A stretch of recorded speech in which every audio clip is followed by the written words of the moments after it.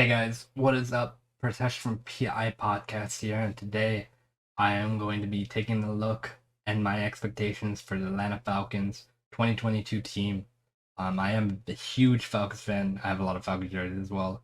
Definitely gonna be taking a look at the team and what my expectations are for this whole team in general. And definitely gonna be doing this once or twice a week. Ian did his Jaguar expectations video recently.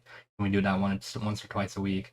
They're both Jaguars is Ian's favorite team, and Falcons are mine. So we're gonna be doing our team, our favorite teams based content at least once a week, at least once or twice a week. So be on the lookout for that. And yeah, so I want to give my expectations for the Falcons 2022 team. And to start off, Matt Ryan did get traded, so we have all new quarterback room, um, except Felipe Franks, you guys remember from last year. But Matt Ryan, he was traded for a third round pick to the Colts. At first, I did not want Deshaun Watson.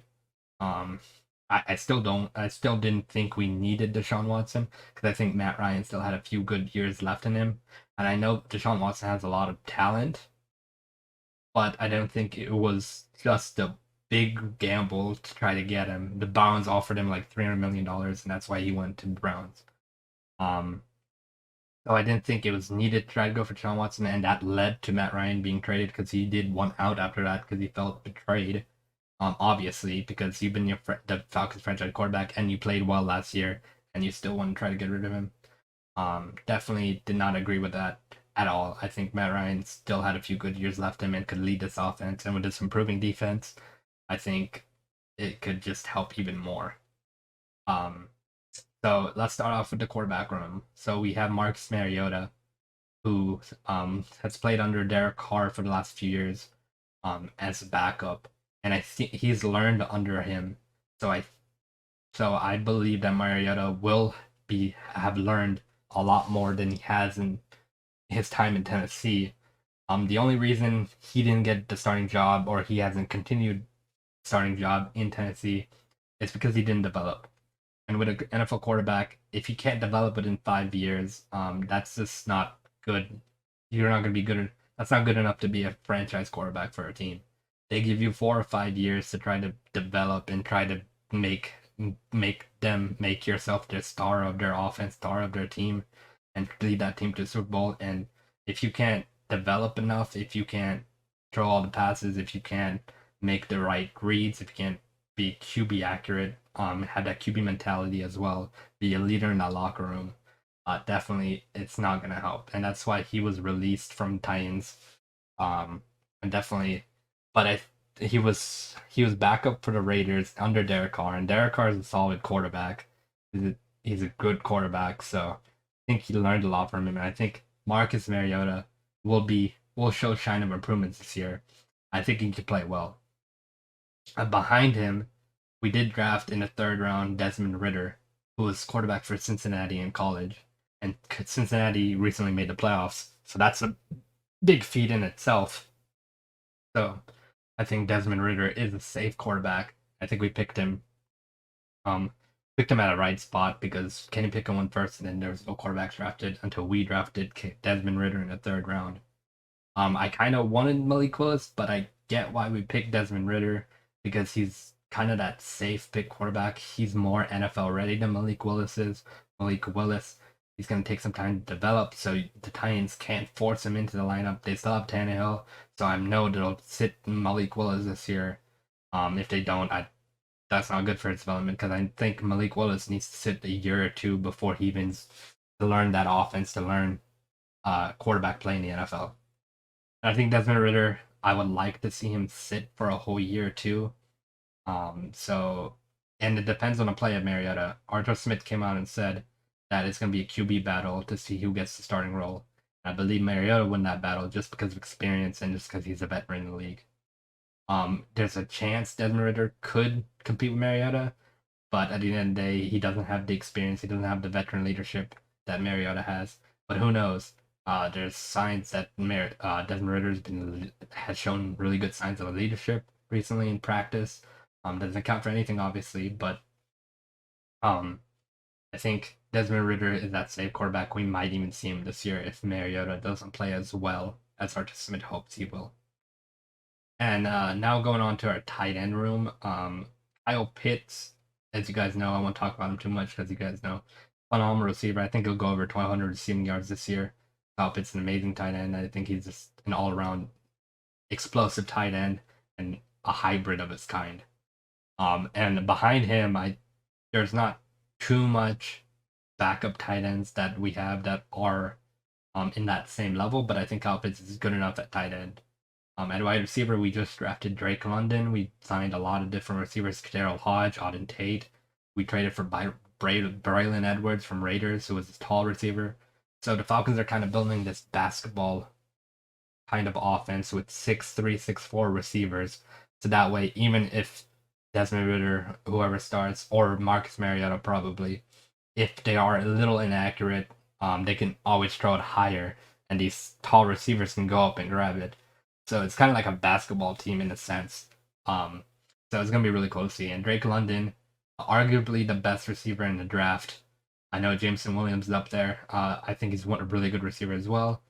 But I think Drake London can be the best receiver in the draft. And he's got a physicality kind of like Julio.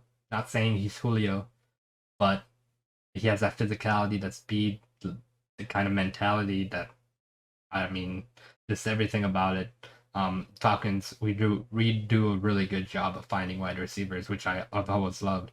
And with Calvin being out, as being out for the whole year, may not even be on the team next year. Who knows? We'll see what Arthur Smith and Terry Fontenot decide. But our wide receiver room is looking a little better than it was a few months ago before the draft. So our offensive line, Jake Matthews, has been with us for a while, so I believe he's going to be solid there for a few more years. The only concern is our left guard and our right guard. I think the center we have right now is okay at best, so I think we won't have too many issues there. But the right guard, Caleb McGarry, he has not shown signs of improvement, and he has shown that he cannot handle himself on the offensive line. But Chris Lindstrom has been the bright spot for our offensive line on right tackle. So I think he's going to be a really solid right tackle for us. Definitely something to look forward to. Our offensive line is going to be okay. We're mixing and matching on the left guard position as well. So it's going to be interesting to see how well this offense performs with all these pieces. I'll go into defense. AJ Terrell, we all know, has a breakout season last year. A lot of people were clowning AJ Terrell for being picked that high over some other corners, and it proved out to work good for the Falcons, and the trolls being trolled, basically. Because AJ Terrell was such a hell of a corner last year, allowed only a little over 400 yards receiving throughout the whole season, 18-game season, which is crazy in itself because you have to go against elite receivers and really good wide receivers weekly on the basis in the NFL. And to allow a little over 400 receiving yards is just an insane stat in itself. And he had pass deflections and he had some interceptions as well. That's crazy in itself to think about. So he's kind of proven himself a little bit right now. He's a really good corner, and excited to see him in year 3 as well. We just signed Casey Hayward, who honestly was playing really well last year as well. So I think that duo is going to be really nice and kind of limit the pass yards that the Falcons are known to have problems with in air coverage and pass coverage. And one interesting stat is that the Falcons didn't allow a 50-yard plus touchdown last year, which is crazy in itself because the Falcons defense was not very good the last years. Like, we never had a defense, and now we're starting to build one. So it's kind of crazy to see. And at D-line, we have Grady Jarrett. We re-signed Grady Jarrett to extension. So that was huge because he's our best D tackle. He's a really good player in itself. So it's really awesome to see him extend his contract and be here for most of his career.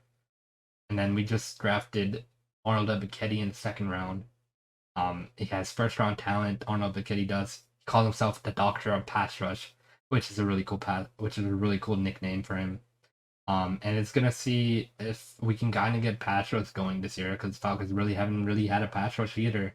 The last time we really had some sense of a pass rush is the 2016 team, that team that went to Super Bowl with Dwight Freeney. Dwight Freeney was really good for us as well that year.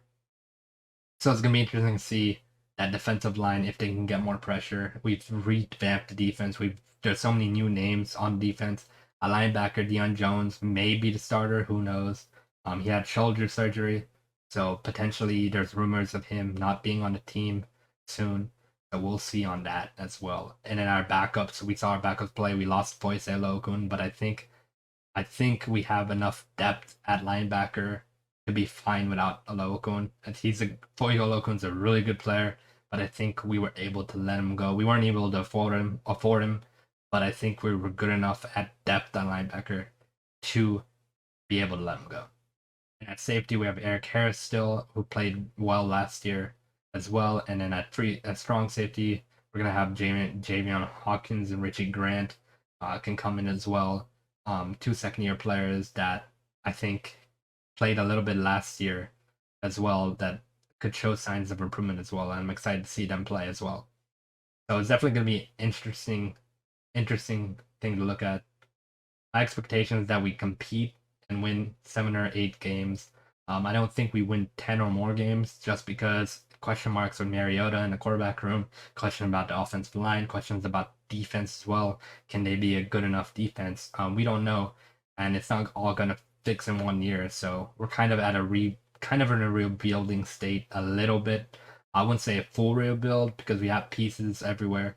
So I think it's going to take a year or two before we start getting really, really competitive for playoffs. But there's a chance always that we can compete for the playoffs if Marcus Mariota is playing very, very well this year. And if he limits all the mistakes he's had in the past when he was starting quarterback, I think the sky's the limit. And we might even see Desmond Ridder start if Marcus Mariota starts playing bad. So it's going to be interesting to see him play.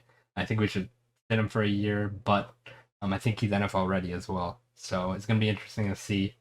So thank you guys for watching. Those are my expectations for 2022 and Atlanta Falcons, my favorite team.